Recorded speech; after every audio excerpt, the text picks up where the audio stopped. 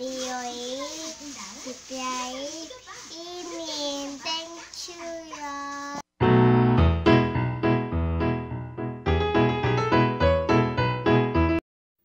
Hi! Hello mga ka-dragons! Nandito na naman ako, makikichismis o makikipagchismis lang sa inyo. Nainit lang siguro ako, no? Ngayon, ang tatalukuyan natin is, ano ba? Or, ano ba ang hindi mo dapat gawin pag bago ka pa lang dito sa Korea? So, ano ba yung mga yun? 6 na dapat mong gawin pag bago ka pa lang dito.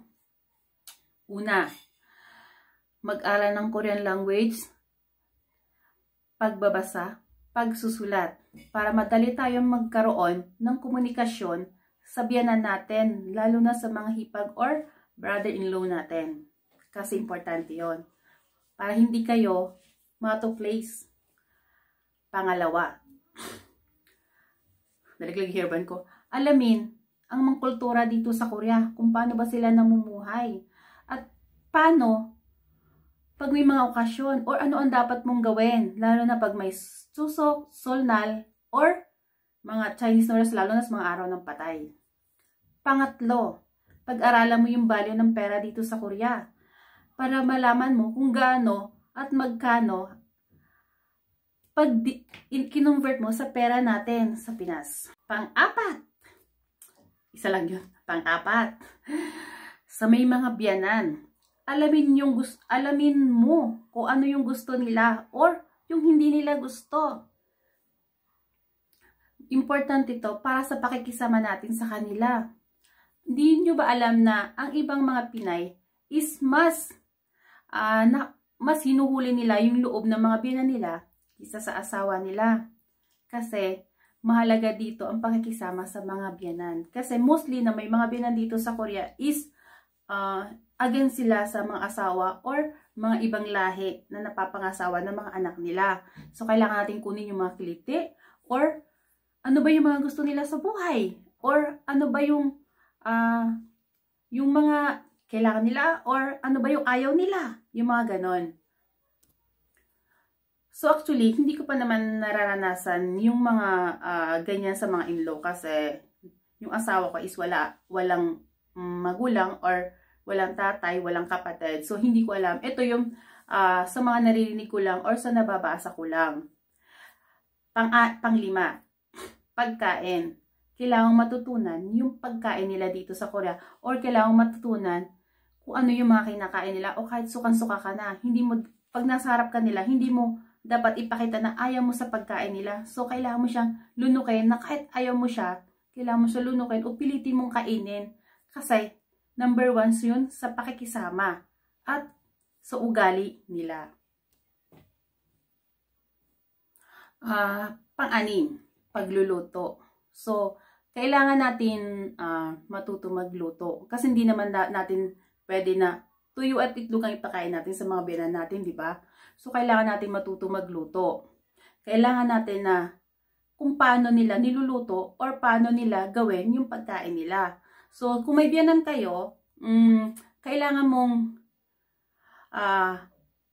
tingnan or kung paano nila lutuin yung pagkain nila. So, or kailangan mong pumasok sa cooking school. So, meron naman dito na cooking school na free na pwede kang pumasok. So, ang tawag doon is Multicultural Center. So, free yun. Yun din yung saan ka mag-aaral ng Korean language. Para yon sa mga dayuhan na may asawa na mga Korean. So, free siya. Pero doon mag-aaral ka. So, pwede kang mag-register doon para matuto ka kung paano magluto, pwede ka din mag-register doon kung sa mga, like sa work, or mag-ano ng sabon, paggagawa ng sabon. So, pwede ka doon pumunta. Pwede mo yan.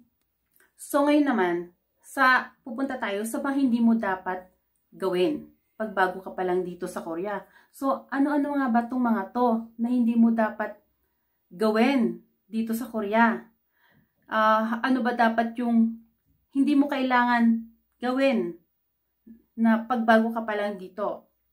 Una, late kang gumising. So, pag may asawa ka ng Koreano, hindi ka dapat late na nagigising, lalo na pagbago ka dito, or lalo na pagkasama mo ang mga biyanan mo. So, huwag kang ganun, girl. Kailangan mong gumising. Yung asawa mo nasa trabaho na, ikaw nakahilata pa. Yung biyanan mo nasa farma nagtatanim pa. Ikaw, feeling senyorita. So, doon naman tayo sa pangatlawa. Pera. Yan yung madalas pag-awayan ng mag-asawa, lalo na sa may mga biyanan. Yan yung ayaw-ayaw nila na mababanggit, lalo na pag ang asawa mo is Korean national or ibang lahi. Huwag kang manghingi ng pera agad-agad sa asawa mo. Pag bago ka pa lang dito, lalo na pag 1 linggo ka pa lang, pabuti mo ng 1 buwan, saka ka manghingi. Pang-apat. Pangatlo pala, nasa pangatlo pa lang tayo. Trabaho. Pag bago ka pa lang dito, huwag ka agad maghanap ng trabaho, girl. Kailangan mo nang matuto ng magbasa or makaintindi ng Korean language. Yung iba dyan, pagdating na, alam yung pagdating pa lang dito, gusto nilang agad magtrabaho para daw maipadala sila sa pamilya nila sa Pinas. So, girl, wag ganon. Mag-aral ka muna. Kung magtatrabaho ka, paano kayo magkakaintindihan ng amo or mga kasama mo sa trabaho? Yung uutusan ka na, oy, gawin mo to. Pero hindi mo naintindihan, oo ka lang, oo, tawa ka lang tawa. Pero hindi mo alam kung ano yung gagawin mo.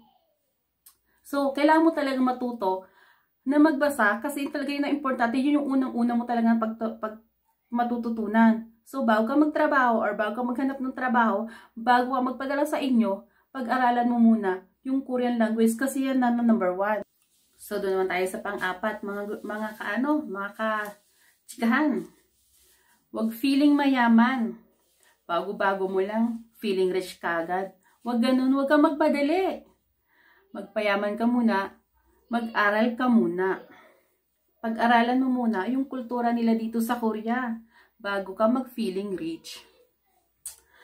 Adapt mo muna yung kultura dito sa Korea para mas madali kang mamuhay dito sa bansa nila. Ayan, guys, thank you. Hanggang dito muna yung ating chikahan or chismisan. Kung hindi pa kayo nakasubscribe sa channel ko, subscribe nyo na lang below and click nyo na rin yung notification button para updated kayo sa next upload.